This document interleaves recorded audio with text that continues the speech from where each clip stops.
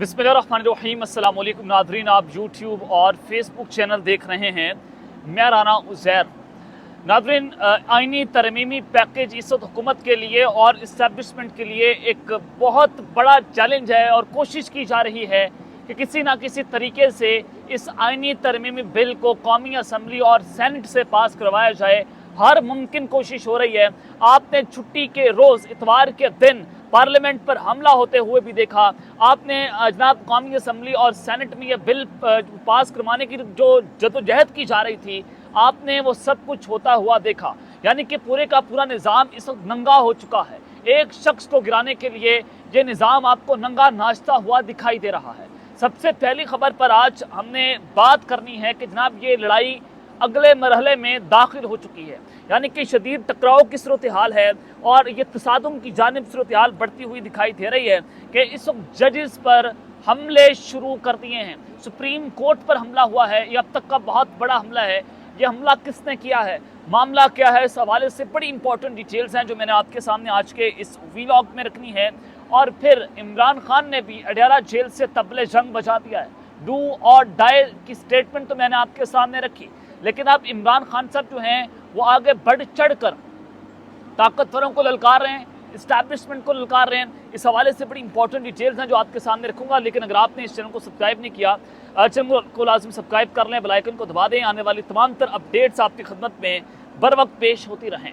नाज़रीन, आईनी तरमीमी बिल जो है उसको पास करवाया जा रहा है। अब उसमें कौन कौन सी ऐसी तरमीम हैं जो बहुत ख़तरनाक हैं, जिस पर मौलाना फजल रहमान साहब जो हैं वो नहीं मान रहे।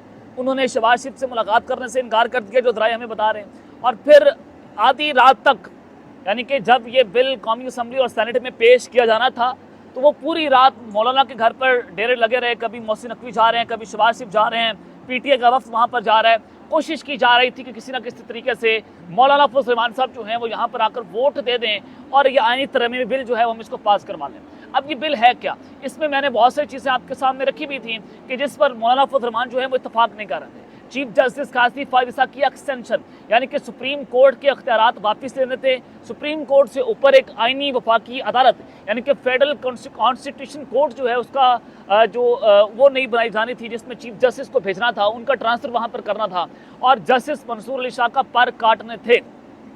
ये एक सूरत हाल थी कि सुप्रीम कोर्ट को मुकम्मल तौर पर बेख्तियार कर दिया जाए और आईनी अदालतों से फैसले लिए जाएँ और वहाँ पर सीधी सीधी फांसियाँ देकर आप जो है वो इमरान खान को उल्टा लटका दें। आप फैज़ हमीद और इमरान खान के कलेक्शन जोड़कर जो कुछ हो रहा है कि इमरान खान और उनकी मखसूस सियासी जमात को फैज़ हमीद जो हैं वो एक मुकम्मल रास्ता प्रोवाइड कर रहे थे जब अपने अहदे पर मौजूद थे। ये एक इल्ज़ाम लगाया गया कि उनके ऊपर कोर्ट मार्शल की कार्रवाई शुरू है। आज एक अहम तरीन मुलाकात हुई है पेशावर के अंदर। गालिबन कोई जो है वो एजेंसीज यही बड़े ताकतवर ऑफिसर थे। चलें, वो एक फ़ौज का अपना जो है वो एहतसाब का अमल है, उसमें फैज़मी साहब को सजा दें, जिदा दें, जो कुछ करना है वो करें।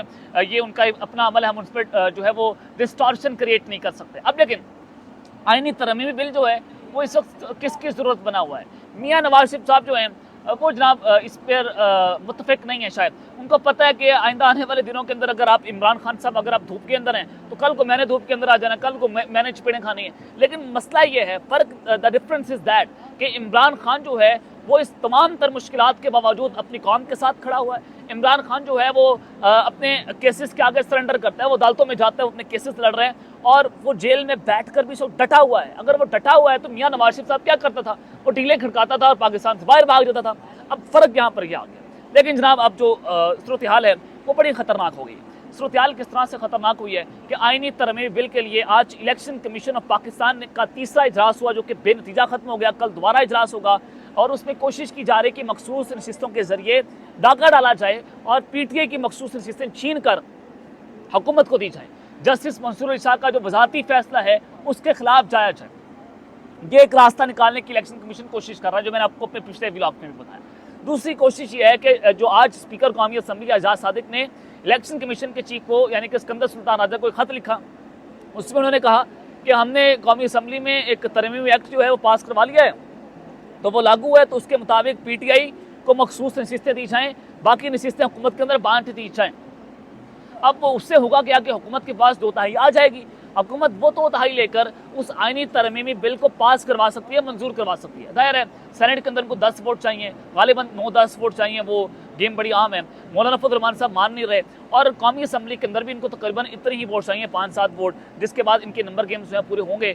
उसके अलावा इनके नंबर गेम्स जो है पूरे नहीं हो सकते। तो उसके लिए ना मौलाना मान रहे हैं, ना PTA के ये लोग तोड़ सकते हैं। तो ये मखसूस नशिस्तों का फैसला अपने हक में लेकर इलेक्शन कमीशन को इस्तेमाल करके 2/3 के जरिए सारा कुछ करना चाहते हैं। अगर ये भी फेल हो जाए तो फिर क्या होगा कि आपके सामने मैं सूरत हाल रख देता हूँ कि अब चूंकि इस आईनी तरमीमी बिल को चैलेंज किया हुआ है पाकिस्तान बार कौंसिल ने सुप्रीम कोर्ट ऑफ पाकिस्तान के अंदर, 2-3 उसी दिन ही यानी कि इतवार को ये बिल पेश होना था, वो पेश नहीं हो सका। सोमवार को फौरी तौर पर पाकिस्तान बार कौंसिल के वकला ने सुप्रीम कोर्ट में ये बिल जो है उसको चैलेंज कर दिया।